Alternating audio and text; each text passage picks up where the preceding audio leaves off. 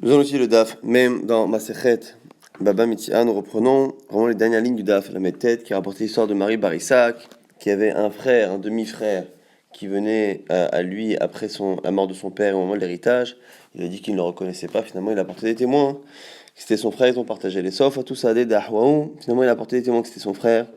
Amalé le dit, les flogli nami, il pardessait boustané des chatal.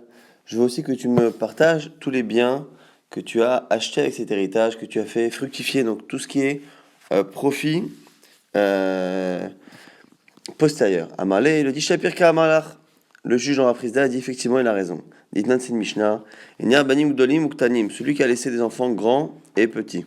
Veshbichu gdolim et tantrasim, et les enfants adultes ont fait fructifier les biens. Ishbichu la emtsa, ce qu'ils ont fait fructifier, ça va au milieu, c'est-à-dire que ça fera profiter même les petits. Vechena maraba, pareil à dire Rabba, ishbichu la emtsa.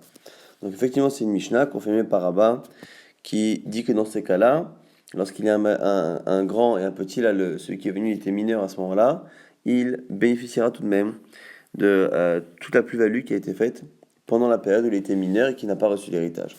Amalea bayabaïdi damé, mais ça ressemble pas. Tank dolim gavek tanim yadae. Et kamachale acha miyada delechin.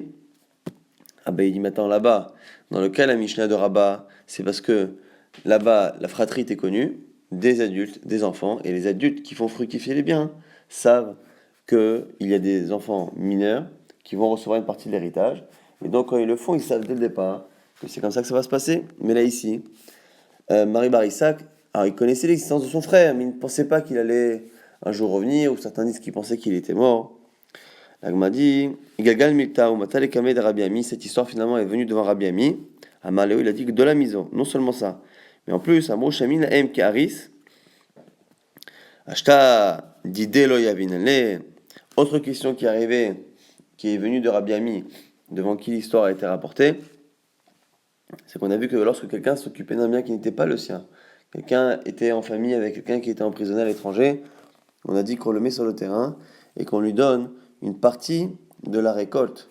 On lui donne justement une partie de la récolte qu'il utilise. Donc là, ce que nous dit Rabbi Ami, c'est qu'au moins, si on considère que Marie Bar Isaac doit partager l'héritage avec cette personne-là qui est son demi-frère, puisqu'entre-temps, le demi-frère n'a rien fait, que c'est lui qui s'est occupé de ce terrain, il faut au moins, dans cette partie-là que l'on partage, dans cette moitié qui revient donc à ce demi-frère, il faut au moins que Marie Bar Isaac puisse récupérer le pourcentage en tant que Haris, puisque finalement c'est comme si sur sa partie à lui il était propriétaire, et comme si sur la partie de son demi-frère, il s'en était occupé pendant qu'il était à l'étranger, un peu comme le din qu'on a vu de Yordim, Nirse, Shavouy, et Raprizda justement objecte à Rabbi Ami en disant à droit Halekame de Raprizda, quand on a donné la question de Rabbi Ami à Raprizda, Amal a dit Midame Atam Beshut Nachit, Acha Lav Birshut Nachit.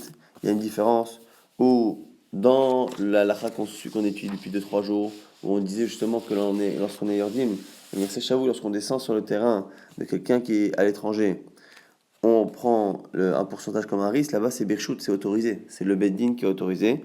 Ici, dans le cas de Marie Barissac, c'était pas autorisé de ne prendre l'héritage que pour lui alors qu'il avait un frère. Vérod et en plus, Katano, Ve'en Moradim Karol Nirse Katan. Et en plus, on peut pas appliquer le din de Yordim et Nirse Shavouy, comme on l'a vu au nom de Ravuna, parce que ici c'est un Katan. Le frère de Barissac était un mineur.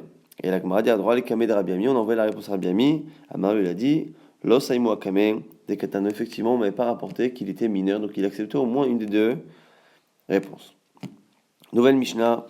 Maintenant, on va parler de quelqu'un qui laisse des fruits ou des graines chez quelqu'un à garder. Et on nous dit ici qu'en fonction de l'espèce, il y a une perte qui se fait automatiquement. Donc c'est quelqu'un à qui on a laissé donc, des légumes ou des fruits ou des graines, il les a mélangés avec les siennes, et donc du coup il ne rendra pas les graines elles-mêmes, mais il rendra la quantité équivalente. On nous dit ici qu'il ne rend pas la quantité qu'on lui a laissée, parce qu'il y a une perte naturelle qui se fait, en pourcentage en tout cas, on verra exactement de quelle manière. Celui qui a reçu des fruits ou encore une fois des graines à garder, quand il rendra la quantité, puisqu'il il ne sait pas lesquelles sont celles qu'ils lui ont données, à ce moment-là, il devra rendre qu'une partie, il devra enlever les chesronot, ce qui a été a priori perdu. Alors on nous explique, les chitim, pour le blé, les orez, ou pour le riz, tish achatz e kabine, les corps. 9 demi, donc cabines, ça veut dire donc 4,5 cabines. Les corps pour la quantité d'un corps, ce qui revient à peu près à 1/40. Les orim, pour tout ce qui est orge, ou le dochan, donc c'est encore d'autres espèces végétales. Tisha cabine, les corps, c'est 9 cabines pour un corps. Kusemin ou zera pishtan, tout ce qui est lié au lin, shelosh im, les corps, c'est 3 im pour un corps, ce qui revient à peu près à 1/10. À kol et fiamida, tout est en fonction de la quantité. Et à kol et fiazman, et tout en fonction du temps. On verra par la suite que ça veut dire en fait que c'est pour chaque quantité d'un corps qu'on enlève un pourcentage, une partie, et que c'est chaque année que l'on enlève cette partie-là. Amar Rabbi Yochanan ben Nori qui n'est pas d'accord, lui pense que c'est les rats, les rongeurs qui font cette perte-là. Il dit, mais attends, les rongeurs, ils ne viennent pas plus s'il y a plus de quantité, même si c'est un peu vrai, mais en tout cas, hein, pas autant, c'est pas en pourcentage. Alors, l'autre, ben marbe, mekima, ils mangent la même quantité, quelle que soit la quantité de nourriture qu'il y a. Et là, il est alors, et là les corps echad bilvan. Donc, selon Rabbi Yochanan ben Nori, on enlèvera la quantité là par rapport au corps, on enlèvera quelle que soit la quantité totale. Donc, on n'enlèvera pas pour chaque corps, chaque quantité d'un corps, mais on enlèvera un corps pour toute la quantité, donc même si on a finalement 100 fois plus. Rabbi Yehuda Omer, Rabbi Yehuda nous dit un autre édouche. Il m'a Amida, Meruba, s'il y a une quantité importante, on verra que c'est 10 korim. S'il y a une quantité importante, et non motsilo chesronot, mipne shemotirot. On n'enlève pas le chesronot. Pourquoi? Parce qu'on verra que dans certains cas, il y a les grains ou les fruits peuvent avoir tendance à gonfler avec l'humidité, et finalement le volume augmente. Et ce qu'il est en train de nous dire, c'est que pour le volume de 10 cours qui est Mida Berumba, il est en train de dire que finalement la perte est compensée par justement le fait que les légumes ou les graines ont tendance à prendre du volume. Vous voyez une ici entre Kharamim, Rabbi Yochanan ben Nori, Rabbi Yehuda est dans une chita un peu intermédiaire. Il a l'air de penser plus ou moins que jusqu'à une certaine quantité, il y a un pourcentage, mais qu'après ça s'arrête, mais c'est ni comme Kharamim, ni comme Rabbi Yehuda. Pendant la Gemara donne quelques petits détails au reste, tout va, Chassa la Gemara dit maintenant le riz, ça fait perdre plus que ce qui est marqué ici. On a dit 1/40, mais finalement c'est plus. La Gemara dit Amarabar Chana Rabbi Yochanan, Borez, Kalouf, Chanou. On fait une différence ici entre le riz complet et le riz donc sans l'écorce. Et donc on nous dit ici que justement, effectivement, le riz complet a tendance à être plus mangé, mais le riz qui n'est pas complet justement, à ce moment-là, il a tendance à avoir le même shiur qu'il a marqué dans la Mishnah. Écoute, Minou Zera Pishtan, Shosh Im, les Koran a dit que pour tout ce qui est lin, c'est 3 seim pour un corps. Amar Rabbi Chanan, Amar Rabbi Chia, Zera Pishtan, Begivrolim, Shan. On dit que le shiur important qui est marqué ici n'existe que lorsque les graines de lin sont encore sur les tiges et sur les branches, et c'est ces branches-là qui vont justement sécher et avoir tendance à partir, et c'est ça qui fait cette perte importante. Sinon, le lin lui-même n'est pas tant que ça consommé ou perdu. Tanya Namirchi, une braïta qui confirme les kousmin, ou zera pishtan begiwalim, ou le reste chez nos kalouf, shosha seim, d'accord, une braïta qui reconfirme que kousmin et le zera pishtan, si dont on parle, c'est begiwalim justement dans les tiges. À kol les fiamidan, on a dit tout est en fonction sur le haramim de la quantité. Tana, ken, lechol, kor vakor. La braïta confirme ce qu'on a dit, c'est-à-dire que c'est pour chaque corps qu'on enlève la quantité. Donc 4 cabines et demie ou 3 cabines en fonction, donc c'est relatif. Et pareil pour chaque année, c'est pour ça qu'on a dit la kol et fiazman, tout est en fonction du temps, donc c'est finalement un pourcentage et qui est recalculé chaque année. Rabbi Yochanan ben Nuri, maintenant la vie de Rabbi Yochanan ben Nuri qui dit Tanya, Amoulo la Rabbi Yochanan, Chachamim ont expliqué à Rabbi Yochanan leur avis, ils ont dit Arbe ovdot mehen, verbe mitazerot mehen. Pourquoi finalement Chachamim pense que c'est au pourcentage alors qu'effectivement on n'imagine pas que les rats consomment plus en fonction de la quantité, c'est parce qu'il y a d'autres raisons, d'autres manières. Le vent, la perte, les parties qui peuvent pourrir, le fait que quand on se sert, on fait tomber des parties. Donc finalement, Chachamim explique qu'en dehors des rats, il y a d'autres raisons qui peuvent entraîner une perte. Et donc c'est la raison pour laquelle toutes ces autres raisons sont en général relatives à la quantité. Et donc c'est la raison pour laquelle on calcule toujours en fonction du pourcentage selon Chachamim. ce qui n'est pas l'avis encore une fois de Rabbi Yochanan ben Nuri. Tanana une braïta maintenant, mais dans l'Imamorim de quelqu'un on parle, chez Ervan, une perotav. Évidemment, quand on parle ici que le bonhomme a mélangé les espèces avec les siennes, une perotav avec les siennes. Alors que si ça a été mis dans un coin à part, effectivement, il lui rend tel quel, avec ou sans perte, il lui rend ce qui a été gardé. Même s'il a mélangé, il devrait regarder combien il avait au départ et retrancher à ce qui lui reste, ce qu'il y avait à lui au départ. M'a dit, même si t'as même, non, c'est quelqu'un qui a non seulement mélangé ses fruits et ceux de l'autre, mais en plus il a consommé. Il avait l'air comme Istapak, il a qu'à regarder combien il a consommé. Il m'a dit, Deloyada comme Istapak, il ne sait pas non plus combien il a consommé, donc c'est quelqu'un qui a été soit négligent, soit à qui on a autorisé de faire ça. Donc on lui a donné des fruits à garder, il a mélangé avec les siens, il s'est servi des deux sans regarder, et donc il a juste retenu la quantité qu'on lui avait donnée, qui devra rendre, encore une fois, en enlevant le pourcentage, la partie en tout cas, qui a dû être perdue. Rabbi Yehuda Omer, si on a dit que selon Rabbi Yehuda, à partir d'une certaine quantité, en tout cas une certaine quantité, on n'enlève rien. Kama Vida Meruba, c'est quoi cette quantité importante? Amarava Rabbi Yochanan, Asara Korin, 10 Korin. Une braïta le confirme, Tanya Demiachi, Kama Vida Meruba, Asara Korin. Une braïta qui dit effectivement que ces 10 Koubines, c'était la fameuse Mida Meruba qui est citée par Rabbi Yehuda. Tanet Tanakame de Rabbi Nachman, on a maintenant sauté une braïta devant Rabbi Nachman, Medarim Amorim, Shimadalo Mitor Gorno. Dans quel cas on parle? Dans un cas où il a mesuré dans le gorno, donc dans le grenier, dans la grange, Vechizirlo Mitor Gorno, et qu'il lui a rendu au même endroit. Aval Madalo Mitor Gorno, Vechizirlo Mitor Beto, Enoyotsilo, Chesronol Mivne Shemotiro. Donc c'est une braïta qui va confirmer cette idée que les fruits séchés ou les graines peuvent avoir tendance à prendre du volume. On nous dit ici que quand est-ce qu'on enlève les quantités, c'est justement lorsqu'on mesure avec la même chose. Si par contre on mesure avec d'autres ustensiles qu'avec ceux qu'on a mesurés au départ, on ne rend pas parce que il y a, lorsqu'on utilise des ustensiles de mesure différents, il peut y avoir des différences de résultats. Est-ce qu'on parle ici de gens idiots? On sait très bien qu'en fonction des kilings qu'on utilise, on peut avoir parfois des mesures différentes. Et quitte à c'est fou, pour mesurer différemment entre le moment où on laisse l'objet et le moment où on le récupère. Ça n'a pas de sens. Il y avait les Vechalia Rabba, Vechalia Zuta, qu'il donne dans un grand keli et qu'il, à la fin, récupère dans un petit keli. Donc on est obligé d'expliquer cette braïta en disant quoi? C'est un Nachman qui a dit ça à celui qui a enseigné la braïta. Il lui a dit non. Quand on parle dans le grenier, c'est pas dans le grenier, c'est à l'époque de grenier. À l'époque, on met les choses dans le grenier. Quand est-ce qu'on dit ça? Lorsqu'il lui a donné, à l'époque, on met les choses dans le grenier, et qu'il lui a rendu, à la même période, on met les fruits dans les granges.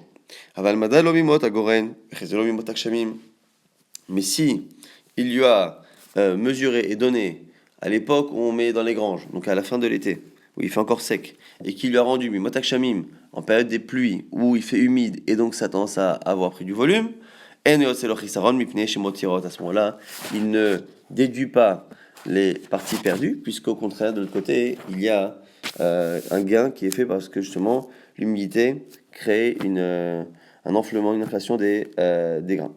Amalera Yabaye Imken, Livkar Kada. Il m'a dit attends, mais si les graines comme ça, ou les fruits avaient tendance à enfler, ça devrait parfois faire exploser les contenants.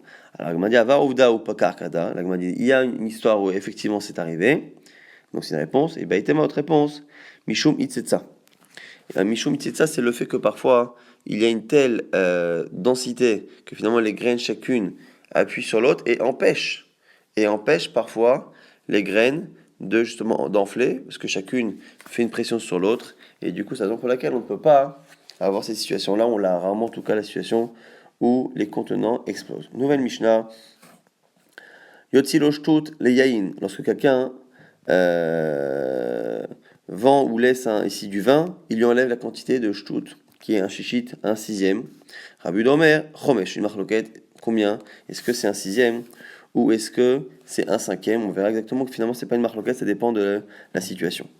Maintenant, On nous dit au sujet de l'huile, ça va être la même chose. Yotzilo, shlosha logim shemen, lechol mea. Pour 100 logim, on enlève 3 logim. Donc 3 pour 100.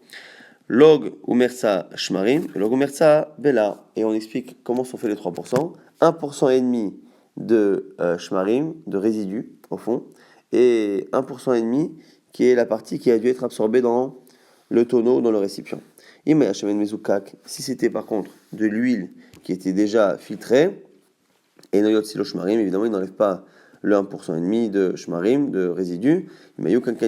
Si les ustensiles étaient vieux et donc ils avaient déjà absorbé de l'huile, donc ils n'étaient plus absorbants, et noyot silo bala, il enlève le bala. Donc finalement ce qu'on nous dit ici, c'est que les 3%, ça dépend de la situation, ça dépend du type d'huile. Celui qui a laissé une huile brute et dans des ustensiles neufs, effectivement, l'autre ne lui rendra que 97% de ce qu'il a laissé. Si par contre l'huile était filtrée et que l'ustensile était vieux, donc avait déjà absorbé, il lui rendra 100% de ce qu'il a reçu.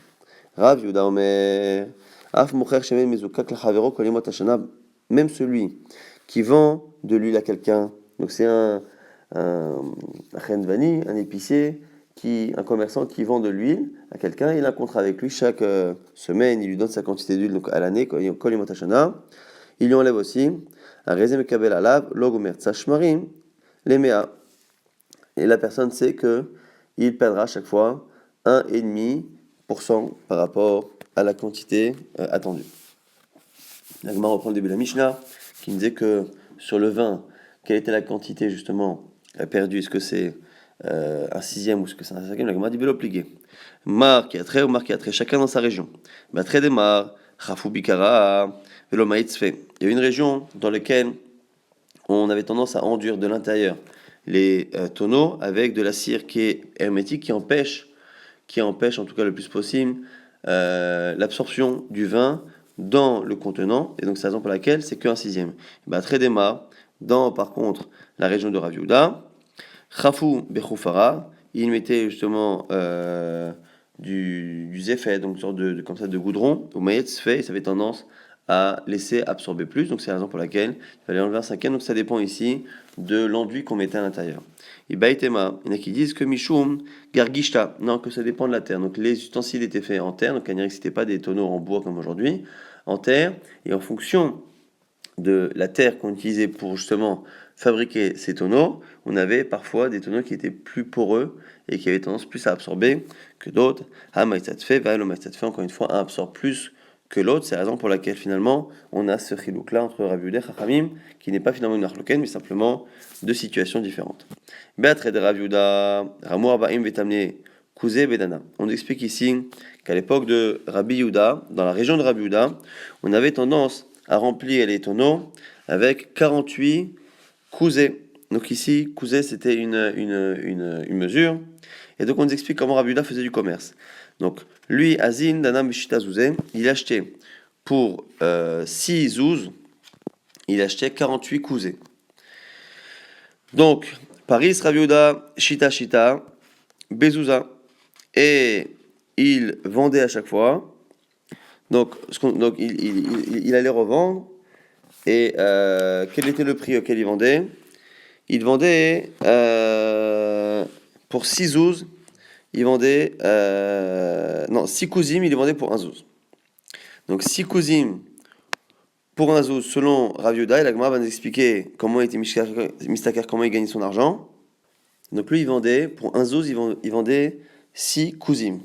Alors que lui, comme il avait acheté pour 6,48, avec 1 zouz, il avait récupéré 8 kousim en quantité. Et quand lui il vendait pour 1 zouz, il vendait 6 kousim. Donc il gagnait à chaque fois 2 kousim. Donc dal, tlatin, veshita, beshita. Et donc il faut du coup enlever lui, avec finalement 6 zouz qu'il va récupérer, il aura donné 36 kousim. Alors que lui, pour ce prix-là, il en avait acheté 48. Donc Pachou lettré ça, donc il en reste 12. Tal, Tmania, Shtute. Donc lui, il a gagné 12 cousines dans l'histoire. Mais sur ces 12 cousines, il faut enlever 8. Il faut enlever 8 qui sont finalement la perte habituelle. Parce qu'on a dit que la perte, justement, c'était 1 sixième. Donc sur les 48 cousines, il y a 1 sixième qui est, quoi qu'il arrive, perdu. Et donc, finalement, sur les 12 qu'il avait gagnés, puisque il avait acheté pour 6,12,48 et pour 6,12, il a vendu 36, donc les 12 qui lui sont restés, on nous dit qu'il y en a 12, sur les 12, il y en a 8 qui ont dû être perdus. Pashulehu Arba, donc il lui est resté, Arba, donc il gagne, on ne parle pas ici en argent, mais on parle en 20, il a gagné à la fin, justement, il a gagné 4. Ce qu'on nous dit ici, donc, c'est qu'il a gagné 4. La Gemara nous dit, il marche moi la mishtake, alistake yoter, ashtout, pourtant c'est marqué que celui, c'est Nachat Shmuel, qui là-bas nous interdit de vendre trop cher. Mais de là, on apprend aussi ce que l'on peut faire. C'est celui qui gagne son argent avec des mets qui font partie des aliments de première nécessité. À ce moment-là, Alistakei Yoter Ashtut, il ne doit pas gagner plus qu'un sixième par rapport à la valeur. Alors lui, le problème, c'est qu'ici, il est bien en deçà de ça. Pourquoi ? Parce que nous, on a vu que finalement, il avait gagné 12, mais sur les 12, il faut enlever les 8 qu'il a perdu. Donc il a gagné 4. 4 par rapport aux 48, c'est finalement qu'un douzième. Donc il n'est pas finalement un sixième. L'agma a dit Ka, Goulfa ou Shmaria. L'agma non, mais c'est parce qu'en fait, quand il avait acheté, pour ce prix-là, il avait récupéré le tonneau et en plus les Shmarim, des résidus. Et ces résidus qui seront vendus avec, entre autres, comme on verra à la fin du DAF, et Shmaria et Goulfé qui est le tonneau, ça, il ne les redonne pas au client, et donc il gagne de l'argent là-dessus. Là, on va dire, si c'est ça, et après, si c'est ça, il gagne pas moins qu'un sixième, il gagne plus qu'un sixième. Alors on a dit que c'était interdit. On m'a dit, Kataché, Oudme, Bazanaït Talagma, dit non, il y a aussi une fatigue, un effort, du fait d'aller chercher le vin ou l'huile ici et de le transporter, de la vider, ainsi de suite. Il y a un effort qui doit être rémunéré. Et en plus, il y a le coût des robinets qu'il doit installer sur les tonneaux, sur les ustensiles. Donc du coup, ce qu'on apprend ici, c'est que c'est la raison pour laquelle il avait le droit de faire un bénéfice qui était supérieur à un sixième. Maintenant, on nous dit dans la Mishnah qu'on enlève, pour l'huile, on avait dit on enlève 3%, 1,5% par rapport à ce qui est absorbé et 1,5% par rapport aux résidus habituels. Et on avait dit que si la personne lui a laissé garder une huile qui est filtrée, il ne pourra pas enlever ce 1,5%, et si l'ustensile n'était pas non plus ancien, il ne pourra pas enlever l'autre pourcent et demi. La Gemara nous dit Aïefchar de l'obala, il m'a acheté muzkak et no yotzi lo shmari, on n'enlève pas. La Gemara nous dit Aïefchar de l'obala, c'est pas possible qu'il n'y ait pas d'absorption. La Gemara Maranarman, mais Zoufafin Shanu, c'est un cas particulier où vraiment les cruches étaient ici enduites avec du zéphet, avec du goudron, et là ici effectivement dans l'huile on a l'impression finalement que ça n'absorbe pas. Abayamar, autre réponse, ça fait l'outema shalom Zoufafin, même si on parle pas de ce cas-là. Kevan de Taoun, on parle d'ustensiles anciens qui, une fois qu'ils ont absorbé, n'absorbent plus. On prend la Mishnah Rabbi Udamer, même celui qui vend régulièrement toute l'année à quelqu'un, il lui fournit son huile, il prévoit de perdre 1,5%. Donc finalement, celui qui paye à l'année pour recevoir une quantité de 100 logs à chaque fois, l'autre ne lui donnera que 98 logs et demi, il lui enlèvera le 1% et demi qui est dû au shmarim. Amar Abaye, l'Agmar nous dit, donc ça c'est, et a priori, ça c'est Rabuda, mais qui est une marloquette avec Chachamim. Donc l'Agmar va expliquer la marloquette entre Rabuda et Chachamim. Amar Abaye, Shekim Salama, il dirait Rabiuda, Muta la Rev Shmarim. Il dirait Chachamim, Asso la Rev Shmarim. Lui pense qu'à l'origine, quand on vend de l'huile, quelqu'un vient acheter de l'huile, il ne précise pas s'il veut de l'huile filtrée ou de l'huile normale. Alors, nous dit Abaye, là-dessus on a déjà une marloquette entre Rabiuda et Chachamim. Est-ce que celui qui a ces tonneaux, et dans ces tonneaux il a de l'huile avec au fond des shmarim, est-ce qu'il a le droit de mélanger le tout au moment de servir la quantité que le client lui demande ou pas? Alors selon Rabiuda, on nous dirait qu'il aurait le droit de mélanger. Selon Chachamim, il n'aurait pas le droit de mélanger. Et c'est pour ça qu'on retrouve une marloquette dans notre Mishnah. Les divrei Rabiuda des moutalé arev shmarim. Selon Rabiuda, comme on a le droit, quand on a un client qui vient une fois, on a le droit de mélanger les shmarim et de lui donner finalement 100 logim dans lesquels il y a 1,5 de shmarim. Et notamment des mekabel, des amale, ibael arouvelach, milo arvelach. Du coup, quand la personne vient lui donner de l'huile qui est pure régulièrement dans l'année, on peut très bien lui dire, voilà, puisque si j'avais voulu mélanger, j'aurais pu mélanger, maintenant accepte que je te donne 98,5 logim, donc pur, et que je te donne les shmarim à part. C'est-à-dire que tu as a priori accepté cette idée-là puisque j'aurais pu la mélanger et te le donner. Ça, c'est Rabbi Yehuda. Et on dit pareil chez nous, le Reshtanami, Kabil. Velei male, la Gmadi Vetan. Hier, Aftale, Ava Mizaveni. Ashtamai Avile, les Choudé, le Mizaveni. La Gmadi attend. Mais le client peut lui dire attends, mais moi je veux bien, si c'était mélangé, c'est une chose, mais que tu me donnes les deux séparés, qu'est-ce que je fasse avec? La Gmadi, oui, non, mais là, c'est un client qui est un particulier, qui n'est pas lui-même un vendeur. Entre deux vendeurs, le vendeur, effectivement, préfère que ce soit mélangé pour qu'il puisse leur vendre. On dit, va là-bas, ce qu'il en parle ici d'un particulier, des Nichale Betzila, qui préfère à la limite, s'il doit perdre 1,5% pour les shmarim, il préfère à la limite qu'ils soient séparés, comme ça au moins il peut la consommer immédiatement. On dit, Vele Male, Midelo Arvitli, Achole, Achalitli. Donc on m'a dit, mais attends, mais pourquoi le client ne peut pas lui dire, attends, si tu ne l'as pas mélangé à la base, c'est que finalement, tu ne veux pas me le donner. La Gemara dit, Rabbi Yehuda, l'étamé d'éditle mechila. Nous dit Rabbi Yehuda, c'est l'avis particulier de Rabbi Yehuda qui dit qu'il n'y a pas de mechila, c'est-à-dire que la personne ne pardonne pas. C'est-à-dire qu'on ne peut pas déduire du comportement du vendeur qu'il n'a pas l'intention de récupérer ce qu'il devrait récupérer. Donc c'est pas parce que le vendeur n'a pas mélangé que ça veut dire qu'il compte donner directement la quantité d'huile pure et qu'il va perdre le gain qu'il pourra avoir en donnant des shmarim. Et on le voit dans une autre Mishnah, Rabbi Yehuda est armé d'élite les mechil. Là, dites-nous, c'est une Mishnah, donc machalo et atsemed. Celui qui vend de quoi les instruments qu'on met sur l'animal pour lui faire porter un poids, l'homme machalo et abaka. Ça ne veut pas dire que il a vendu l'animal qui est en train de le porter. Donc il a des animaux qui sont en train de porter cet ustensile-là qu'on appelle tsemed. Quand il dit voilà, je te vends ces 3 tsmadim, ça ne veut pas dire qu'il vend l'animal avec. Machalo et tabakalo, machalo et tsemed. Et à l'inverse, lorsqu'on vend l'animal, pareil, ça n'inclut pas le tsemed qui est dessus. Ce qu'on apprend après sur l'Otanakama, c'est que l'un n'inclut pas l'autre. Rabbi Yehuda nous dit Adamim modiaim. C'est la valeur qui va nous faire savoir. Keitzad, exemple. Amalo mecholi tzimdecha b'matayim zuz. S'il lui dit vends-moi ton tsemed pour 200 zouz. Alors yadoua chez tsemed b'matayim zuz. Il est évident qu'un tsemed ne peut pas valoir 200 zouz. Et donc forcément qu'il a vendu l'animal. Chachamim omri, chachamim disent ein adamim re'aya, que l'argent ne peut pas servir de preuve. Ça c'est la marloquette entre Rabbi Yehuda et Chachamim. Et on voit d'ici que ici on parle plus du vendeur mais de l'acheteur. Lorsque l'acheteur donne une somme importante, même s'il n'a pas précisé qu'il voulait les animaux avec, il est évident que c'est pas parce qu'il n'a pas précisé qu'il est mochel sur son argent et qu'il est prêt à payer 200 zouz pour quelque chose qu'il ne vaut pas. Maintenant, on continue d'expliquer, selon toujours Abaye, les dirait Chachamim, selon Chachamim, à Solar et Shmarim, comme on n'a pas le droit de mélanger les Shmarim avant de les vendre, à Inu Ta'ama de l'Omekabel, c'est la raison pour laquelle on n'estime pas que l'acheteur prend sur lui d'Amalé, il peut lui dire Iba'it la rouvé, Miavacharelach, Ashtanami, Lo Mekabelna. Comme tu n'as pas le droit de mélanger pour vendre, et bien maintenant, je n'ai pas à accepter justement que tu me donnes que l'huile bonne et de l'autre côté les shmarim qui sont séparés. Je n'ai pas justement accepté ce deal. Ça c'est la vision d'Abaye.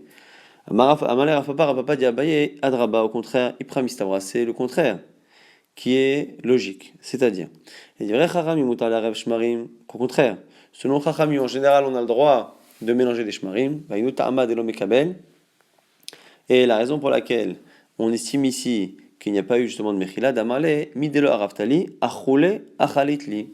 Et qu'au contraire, Chachamim disent que ce que dit finalement donc l'acheteur, c'est que puisque tu aurais pu mélanger et me donner, et que tu ne l'as pas fait, maintenant que tu me donnes de l'huile qui est pure, il faut que tu me donnes la quantité entière.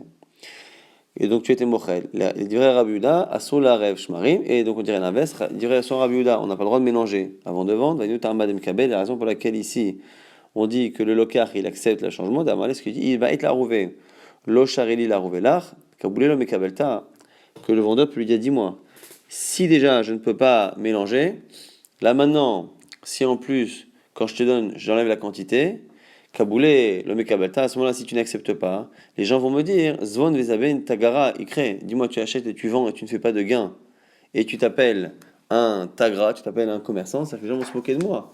Que finalement, selon ici cet avis de la Gemara, on a l'impression que c'est de ces shmarim-là que le commerçant faisait justement son bénéfice, et donc il a dit ce serait idiot que je vende sans faire de gain.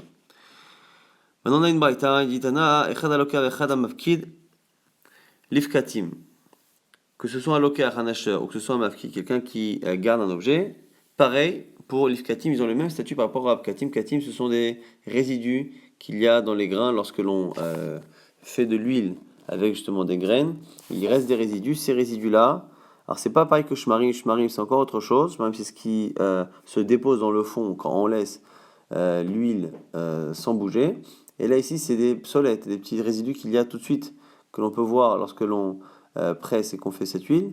Maintenant, l'Agman me dit en quoi ils sont équivalents. Maï difkatim. Il est makichid de lokal mekabel katim. Mafkid nami lo mekabel katim. Si c'est pour dire que dans les deux cas, celui qui achète, il ne prend pas justement les pkatim.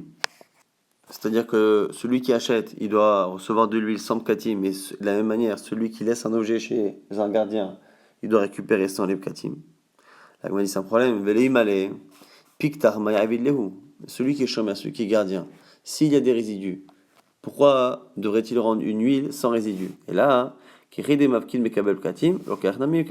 si c'est les deux à la chôte pareil, on va dire dans l'autre sens, c'est-à-dire que de la même manière que celui qui achète, il sait qu'on va lui retirer les pkatim, celui qui laisse de l'huile chez quelqu'un, il sait qu'on lui rendra, on lui rendra sans les pkatim. Là, on va dire c'est pas possible, oui, kabel okar pkatim.